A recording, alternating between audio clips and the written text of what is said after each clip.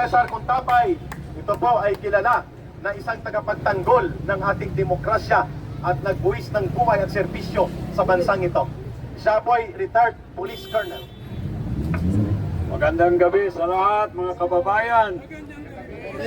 Bago ako magsalita, ibigay alam ko sa inyo ito at saka matanaw ninyo, makita ninyo kung sino yung nasa picture nito. Yang nasa picture nito, walang iba kung hindi yung bangag na buhaya sa Maharlika.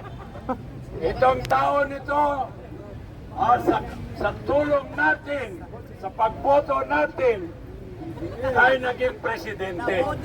Marami siyang pinurumesa para sa pagmamahal sa ating bayan. Una, yung babangon tayo mali.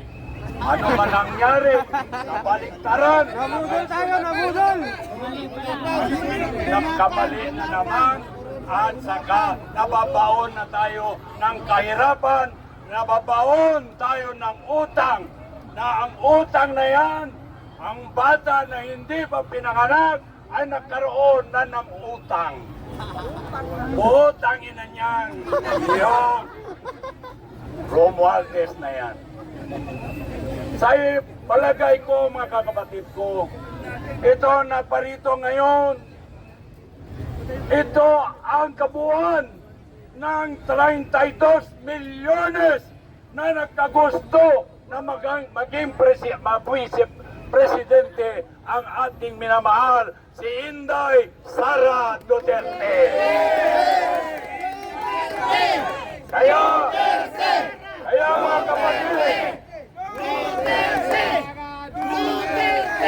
mga kapatid,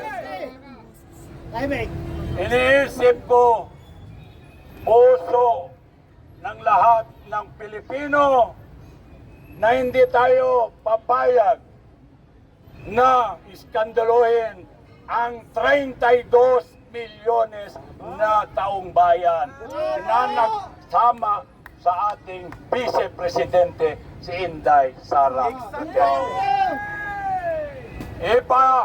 Ibabaw natin na dapat ang dignidad ng bawat mamamayan, ng bawat Pilipino, hindi karapat-dapat na ito ang ginagawa nila sa ating mga kapatid.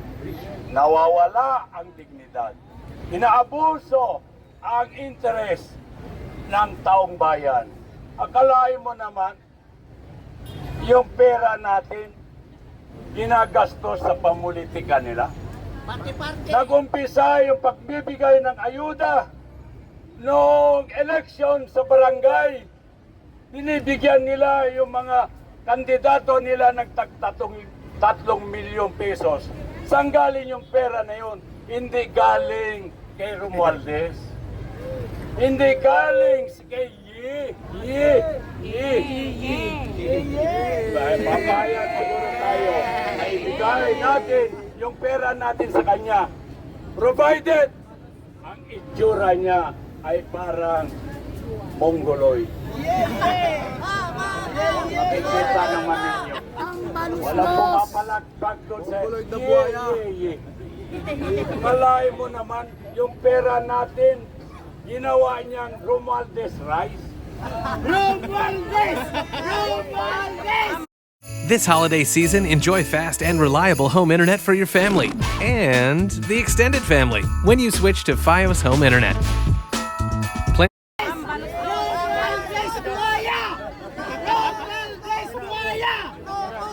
Kaya mga kababayan, napakalaking bagay ngayon yung presensya ng bawat isa sa atin ngayon.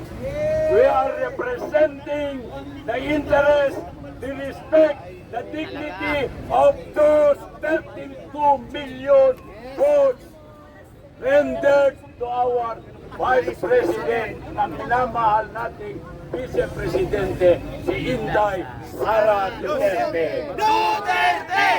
Duterte! Duterte! Kaya mga kababayan,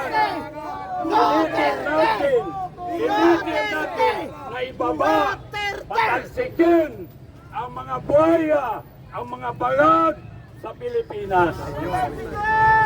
Mabuhay ang Pilipino! Mabuhay tayo lahat! Maraming salamat. Maraming salamat kay retired Police Colonel Kuntapay. Nakita nyo naman ang kanyang pagpapahayag sa loobin ito ng Kuntapang na Kuntapay. Sa loobin ng mamamayang Pilipino na hindi natin deserve na magkaroon ng kurakot na gobyerno. Kaya tayo nagtitipon-tipon sa EDSA Shrine. Ngayon, tawagin natin si Brother Usman para sa kanyang pagbibigay din, si Brother Randy, sa kanyang pakikipagkaisa sa pagtitipon-tipon para sa malayang pagpapahayag ng mamamayang Pilipino dito sa EDSA Shrine.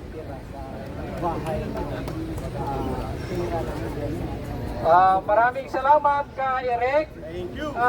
Kami po ay nakikiisa bilang representative sa mga muro na nandito ngayon sa EDSA Shrine.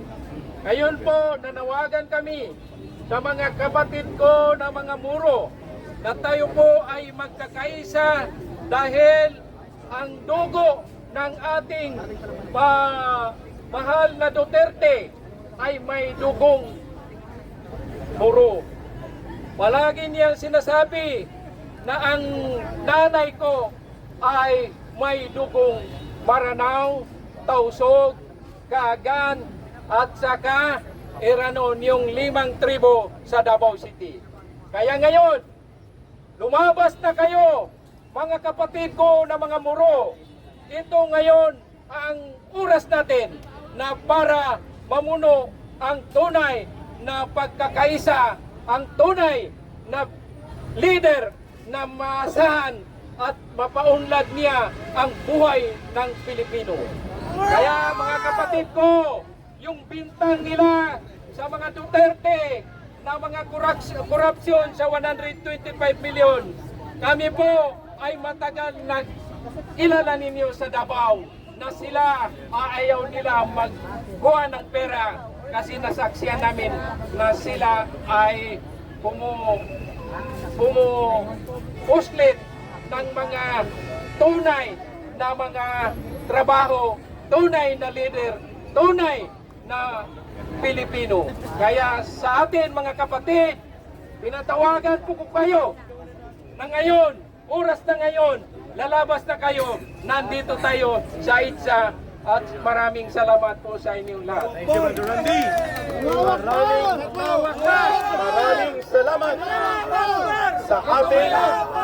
Maraming salamat sa ating mga brother Bangsamoro na nandito po sa ating pagtitipon ng mapayapang paghahayag ng mamamayang Pilipino.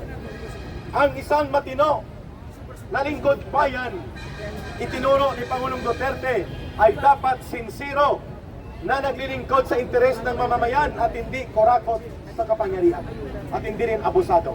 Pakinggan natin ang dating naglingkod sa ilalim ng administrasyon ni Pangulong Duterte at ngayon ay isa sa lider ng grupong namumuno para sa pambansang kilusang tinatawag na Marcos, Alis Dyan at mamamayan ayaw sa digmaan at droga.